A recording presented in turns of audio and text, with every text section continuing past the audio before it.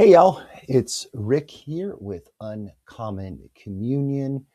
Yes, another recording. I had wanted to write, but you know the story. Other things conspired. I did want to use this opportunity to share with you some of my thoughts and feelings about where we are as we approach the fourth day of an unjust, unlawful, most of all, unnecessary war that America is now in. Before that, though, let us remember that within everything and in every moment, there is connection, harmony, peace, and goodness. And as we affirm that we are always and everywhere in the holy presence of the more and each other, we realize that. And even in the midst of the insanity and the violence and the brutality of this war, there is that goodness. So the key, I think, is recognizing, realizing that, and holding that up and leaning into that as we navigate a better way forward, right? Oh my, y'all, there's a lot that can be said. And I think what I most want to talk about is just the insanity of giving power, immense power, the power that the office of the President of the United States gets, giving that to someone as, I mean, there's so many words, just, just foolish and demented, just pathetic, really, as the little dictator is. And you know, this came today. I don't know if you saw it, but it was astounding. And I think it is such an emblematic moment of our time. The first time that T. Rump addressed the nation about the reasons he has taken us, this is us, y'all, the six so far service men and or women, we don't know yet, I don't believe, who died already. They are us. They are neighbors. They are fellow citizens. They are us. So this is about us. And he hasn't told us directly why this is the case. And even his people, I don't know if you saw, as they call him, Keg Seth, the clown he is. I mean, it's just astounding and staggering. But T. Rump himself is not well. And we saw this today. The first time he addressed the nation, of course, he showed up with this giant rash on his neck that, all kinds of speculating. I did see something that kind of just brought a little wry smile to my face. It said, Trump's rash is viral. And I think it actually said Trump's rash goes viral, right? And it just was kind of funny playing with the word viral, right? Is the rash bacterial or is it viral? We don't know, but it is viral because, everybody's talking about it on the internet, of course, right? So as he was trying to come up with a reason for this war, and it's so clear that they don't have a plan. I mean, the plan is clearly we're going to bomb and kill the leadership, and then let's see what happens. People, figure out a way. Let's see what happens, right? Which is insane in and of itself. But then as he was trying to explain this, he to say he went off topic was is an understatement. Look it up, check it out. I saw it on the Seth Meyers. I watched his taping from earlier today, and T. Rump starts talking about ballrooms and curtains and gold, like he has no clue. He has done the most serious thing that president, any leader could ever do, which is to take a nation to war, especially a war that is so clearly optional, so clearly unwanted by the people. Not even his own people want this war, right?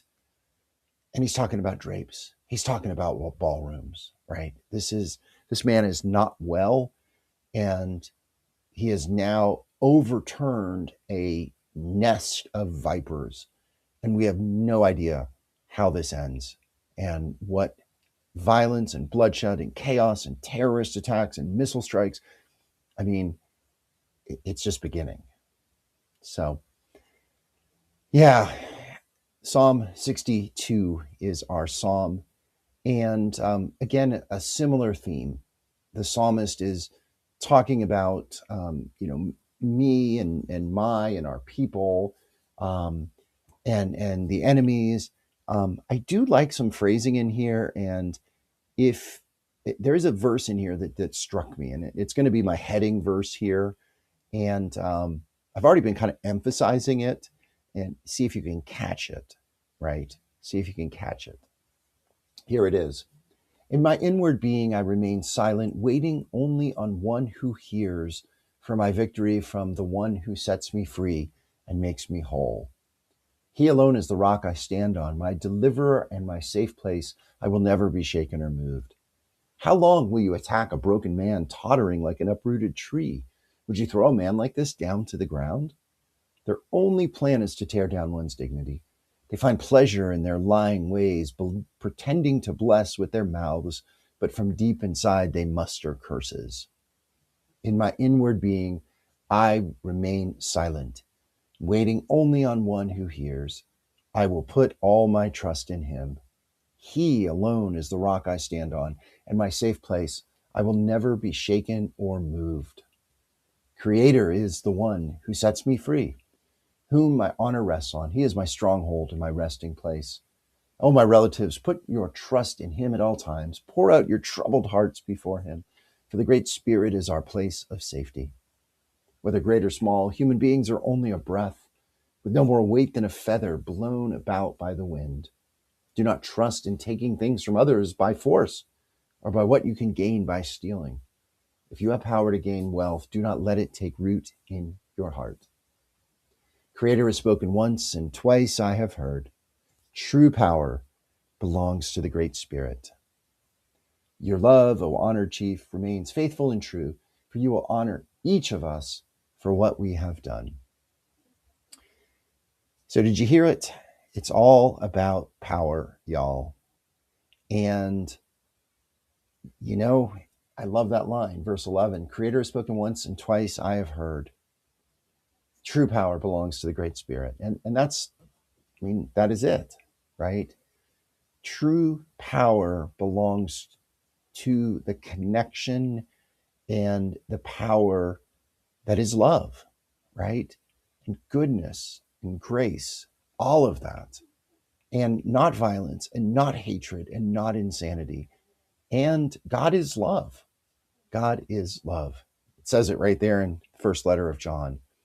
And again, I've said this before, and I'm not going to say it much here, but there's a very different kind of God that many of these Christian nationalists, many evangelicals, many so-called Christians believe in, and it's not this God of love, right? Who is the God of Christ, the God who Jesus reveals, who Christ is incarnating, right?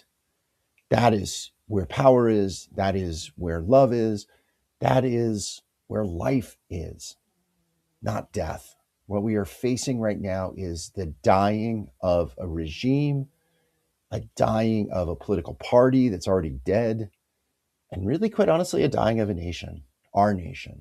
And there's a simple reason, y'all, because we took our eyes off the ball, which is democracy, and that democracy has to be upheld with engagement and logic and just being not emotional and voting on our gut and following a cult leader, all of that insanity. It is being reasonable, which is very hard because many people, especially these days, are not reasonable. And yet, that's where we are, right? So, midterm elections are starting. The primaries start tomorrow or today as you get this, today as I record this. Texas, it's a big one, y'all. We'll see how that turns out. Both parties, who they vote for, who the people vote for, is going to be really telling. And it's going to be interesting. And there's other states voting tomorrow. And I think pretty much many Tuesdays between now and the middle of this year, June or so. Um, excuse me. We're going to see these primaries, and they're going to show us, there is nothing like a vote that shows where people are, where citizens are, where people are at the moment, at the moment. And we're going to get some more data on that tomorrow. So I'm excited, looking forward to the coverage, and we'll be back with you here again soon. Hopefully writing, but if not writing, I will record. So, all right, let's end as we often end with the Serenity Prayer. God grant us the serenity to accept the things we cannot change, the courage to change the things that we can, and the wisdom to know the difference. Thy will, O God, not ours, be done. Amen. All right, y'all, blessing and good. Be bold, be well, hold fast, y'all.